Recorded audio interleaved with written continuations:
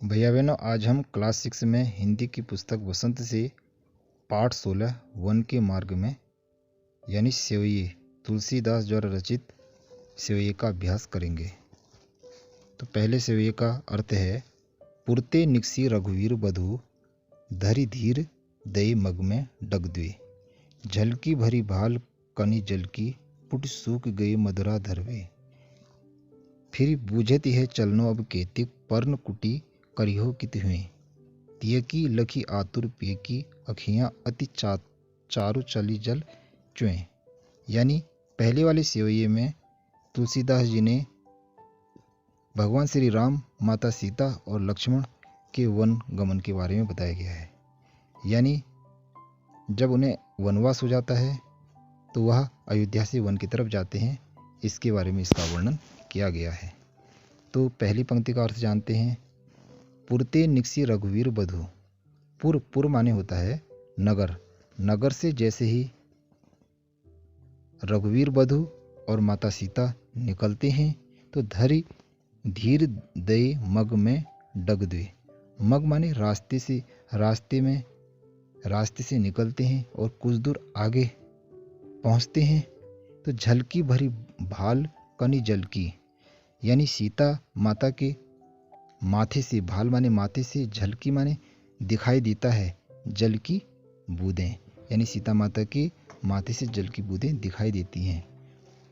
Put सूख गए मधुरा धरवे, और पुट माने उनके होंठ, मधुरा धरवे माने मधुर होंठ सूख चुके हैं, यानी वह महलों की रहने वाली हैं।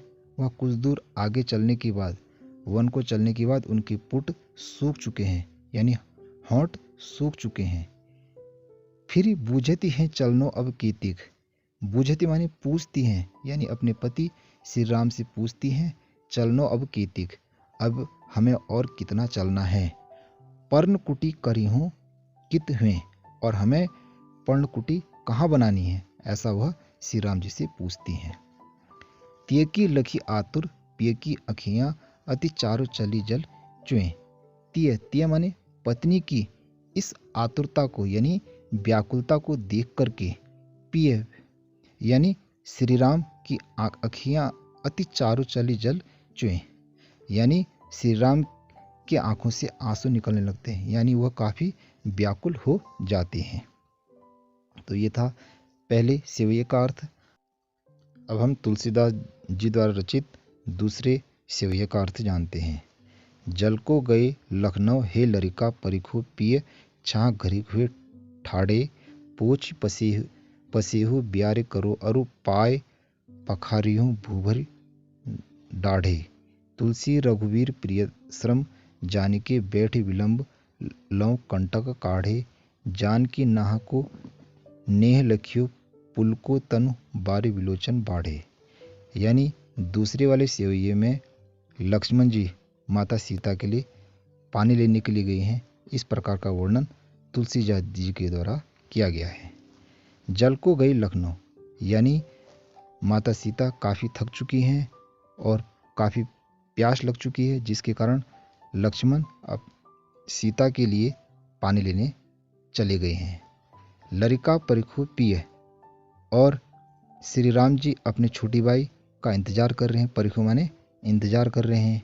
पिय छाँ घरी हुए ठाड़े, पोची पसी हुई ब्यारे करो, और उनकी पत्नी सीता राम से कहती हैं आप कुछ देर छाया में बैठ जाइए, बैठ करके आराम कीजिए। अरु पाय पखेहु भूभरी डाढ़े, यानी श्री राम अपने पत्नी की व्याकुलता देख करके कुछ देर के लिए छाया में बैठ जाते हैं।